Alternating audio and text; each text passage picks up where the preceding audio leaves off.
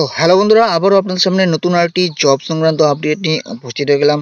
তো আপনারা যদি অষ্টম শ্রেণী পাস করে থাকেন, অর্থাৎ 8 পাসে আপনাদের কিন্তু যোগ্যতা থেকে থাকে, 8 পাসের সার্টিফিকেট যদি থেকে থাকে, যে কোনো স্বীকৃত বোর্ড থেকে আপনারা যদি অষ্টম শ্রেণী পাস করে থাকেন, সেক্ষেত্রে আপনারা এখানে আবেদনযোগ্য।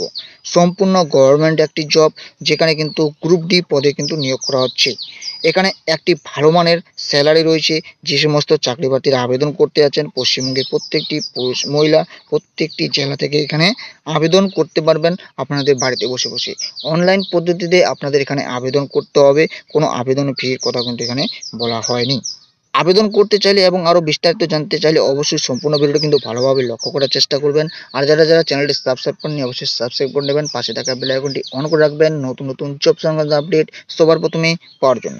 তো বন্ধুরা, প্রথমেই আপনাদের জানিয়ে দিয়েছি, দেখতে পাচ্ছেন নেম অফ দ্য পোস্ট, যেখানে কিন্তু নিয়োগ করা হচ্ছে গ্রুপ ডি পদের ক্ষেত্রে।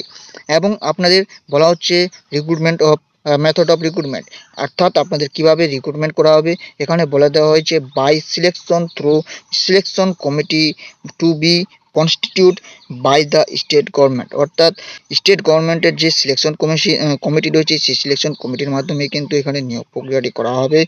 এবং আপনাদের বলা হচ্ছে এডুকেশনাল যে কোয়ালিফিকেশনের কথা বলা হয়েছে, এডুকেশনাল কোয়ালিফিকেশনের ক্ষেত্রে কি বলা হচ্ছে, the candidate shall have 8 pass certificate from any recognized school or recognized institute। তো এখানে অবশ্যই আপনাদের কিন্তু যে কোনো স্বীকৃত বোর্ড থেকে আপনাদের কিন্তু অষ্টম শ্রেণী পাস করে থাকলেই এবং অষ্টম শ্রেণী পাসের সার্টিফিকেট যদি থেকে থাকে, সেক্ষেত্রে আপনি এখানে আবেদনটি করতে পারেন। আর যারা এখনও আবেদন করবেন বলে মনস্থ করেছেন কিন্তু 8 পাসের সার্টিফিকেট নেই, অবশ্যই কিন্তু আপনারা নিকটস্থ যে ইনস্টিটিউট আপনারা যেখান থেকে অষ্টম শ্রেণী পাস করেছেন, সেখানকার কিন্তু সার্টিফিকেট অবশ্যই জোগাড় করে নেওয়ার চেষ্টা করেন।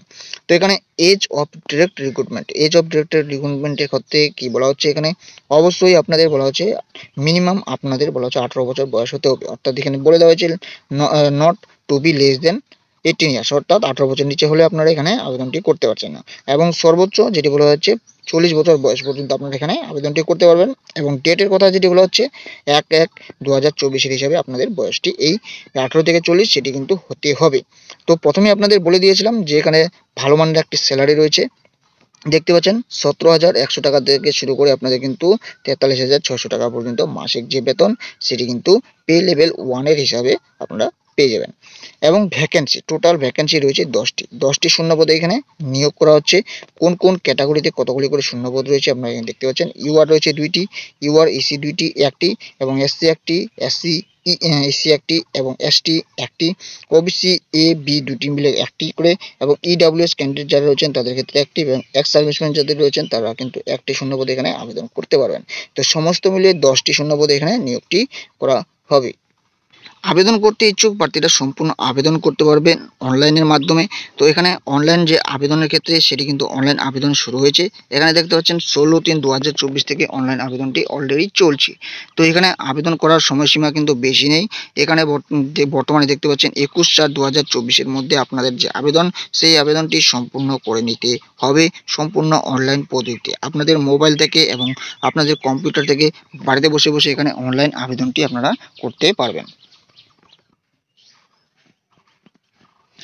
এছাড়াও বিজ্ঞপ্তিতে অনেক কিছু ইনফরমেশন তথ্য দেওয়া হয়েছে, যেগুলি কিন্তু আপনাদের কাজে লাগবে। এবং এখানে বলা হচ্ছে এজ রিল্যাক্সেশন, আপনারা যারা আবেদন করতে যাচ্ছেন এসসি এসটি ক্যান্ডিডেটরা 5 বছরের ছাড় কিন্তু আপনারা পেয়ে যাবেন।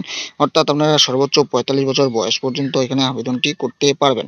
এবং এখানে ওবিসি যে সমস্ত ক্যান্ডিডেট রয়েছেন তাদের ক্ষেত্রে কিন্তু বলা হচ্ছে 3 বছরের ছাড় দেওয়া রয়েছে। তো অর্থাৎ আপনারা কিন্তু 43 বছর বয়স পর্যন্ত আবেদনটি করতে পারবেন। তো এখানে এক্স সার্ভিসম্যান যারা রয়েছেন তারাও কিন্তু এখানে বয়সের ছাড় পেয়ে যাবেন। এবং আবেদন করতে চাইলে যে অফিসিয়াল ওয়েবসাইট থেকে আবেদন করতে হবে, সেই অফিসিয়াল ওয়েবসাইটটির লিঙ্কও আপনাদের এখানে দেখিয়ে দেবো।